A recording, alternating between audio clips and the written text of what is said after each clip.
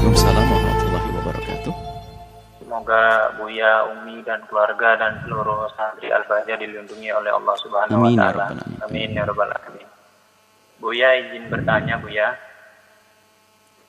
Kami mendengar di media sosial bahwa ada seorang profesor ahli tafsir, Buya, menjelaskan bahwa kerudung atau hijab itu tidak wajib bagi perempuan. Yang penting pakaiannya sopan saja, gitu, Buya. Nah, ini ada pro dan kontra di kalangan ulama.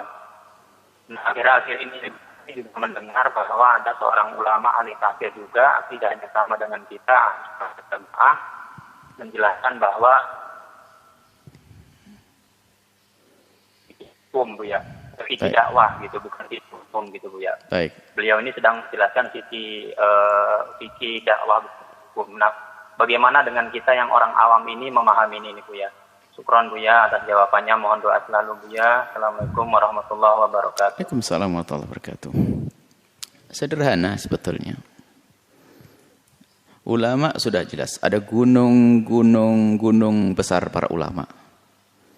Ahli tafsir kompak dari masa ke masa. Kalau masalah keilmuan mereka para ahli tafsir nggak bisa dibanding. 10 kali dari orang yang dikatakan hebat di hari ini pun nggak akan nyampe. Ada gunung.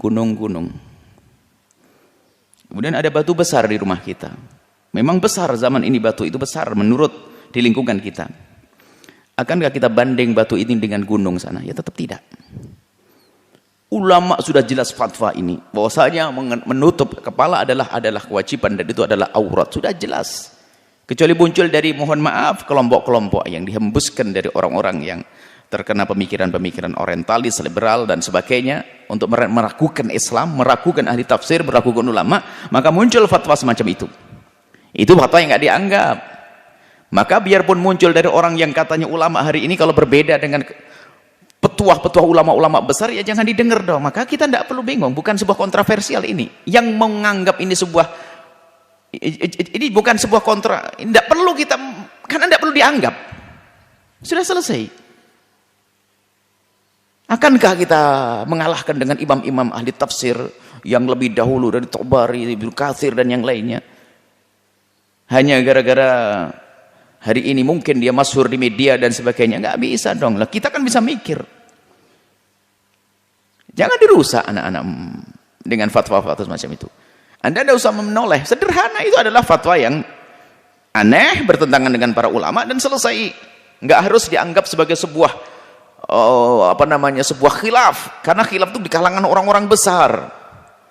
Dia menukil, nukilannya seperti apa? Sudah jelas dari masa ke masa ya semacam itu. Bahkan yang belajar ilmu bab fikih paling ringan saja, kitab-kitab kecil, ada aurat di dalam sholat, di luar sholat begini, semuanya jelas. Belum lagi bicara tentang tafsir yang sama. Hukumnya adalah wajib menutup kepala. Makanya kalau ada fatwa semacam itu bukan sebuah fatwa. Loh, dia profesor, biarpun 11 profesor dijajar. Anda akan berikan profesor berapa kepada Ibnu Katsir, Imam Tabari, Syekh Mutawalli Sya'rawi misalnya? Anda akan beri gelar profesor berapa? 100 profesor di nggak akan cukup. Begitu besar ilmu mereka, begitu luas ilmu mereka. Sederhana sebetulnya. Makanya menuntut ilmu itu memang subhanallah, waspada ya. Di zaman ini ada orang yang memang secara ilmu ada lagi sisi lain, orang ada berilmu tapi ada saat dia kepleset. Ahli fikih pun ada, namanya apa? Syudud. Ada syududul syawad. Kol yang syad dari kaum ahli fikih, mutasahilun yang enteng fikih ada.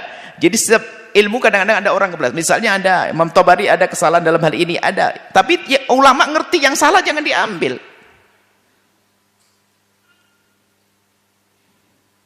Imam ini punya kesalahan ini, orang cerdas nggak menganggap. Yang aneh adalah justru yang aneh ini malah dibesarkan. Tidak ada imam kecuali ada sisi kekurangannya. Fatwa fikihnya Imam Suyuti ada.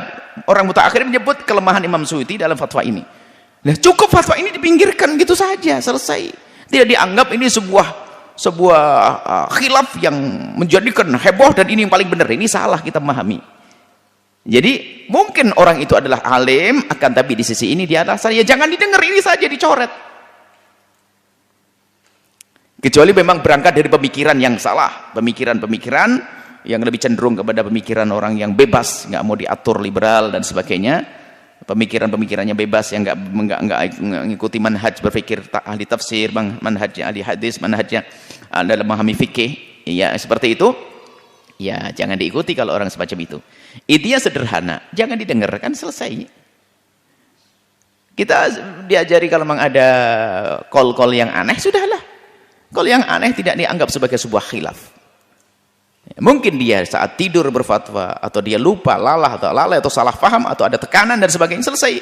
Tapi yang jelas itu adalah kol yang tidak bisa dianggap, selesai. Nggak usah, dan ini sudah lama kasus ini. Hanya suaranya saya diulang-ulang dan diulang, akan tapi kadang orang baru menganggap ini sebuah, karena apa? Yang berfatwa punya gelar, bahkan mungkin punya karangan, punya tulisan, punya ini. Apakah semua orang punya karangan harus dianggap sebagai hebat? Kan begitu. Atau setiap orang yang di televisi terlihat harus hebat? Atau setiap orang tersembunyi lalu tidak hebat? Dari mana? Ukuran hebat bukan dari itu. Seperti itu, semoga gini saya. Kemudian setelah itu, kita husnudon. Mungkin ustadz itu, atau orang itu ya salah berpikir alias kepleset. Harapannya adalah apa? Supaya tidak semakin besar kesalahannya di hadapan Allah. Ya, kalau memang betul ada orang semacam itu, apalagi dia adalah umat Nabi Muhammad, kita doakan semoga Allah memberikan kesadaran, kemudian tobat, mengembalikan fatwa yang salah kepada yang benar, kemudian setelah itu yang benar diikuti, sehingga dosa yang selama ini menjerumuskan orang lain diampuni oleh Allah, sehingga dia di surga setelah itu. Itu yang kita inginkan. Dan kita pun juga tidak perlu mencaci orang itu habis-habisan, nggak ada. Kita bukan tujuan mencaci, tapi kita menjelaskan pemikiran itu salah dan tidak dibenarkan, selesai. Tapi orangnya bagaimana? Umat Nabi, saudara kita, harus kita doakan semoga selamat, Allah memberikan hidayah, Allah memberikan pertolongan, selesai. Jangan sampai kita menangani sesuatu yang salah dengan cara yang salah. Caci maki, olok-olok, habis-habisan, enggak seperti itu. Semoga Allah mengampuni semua.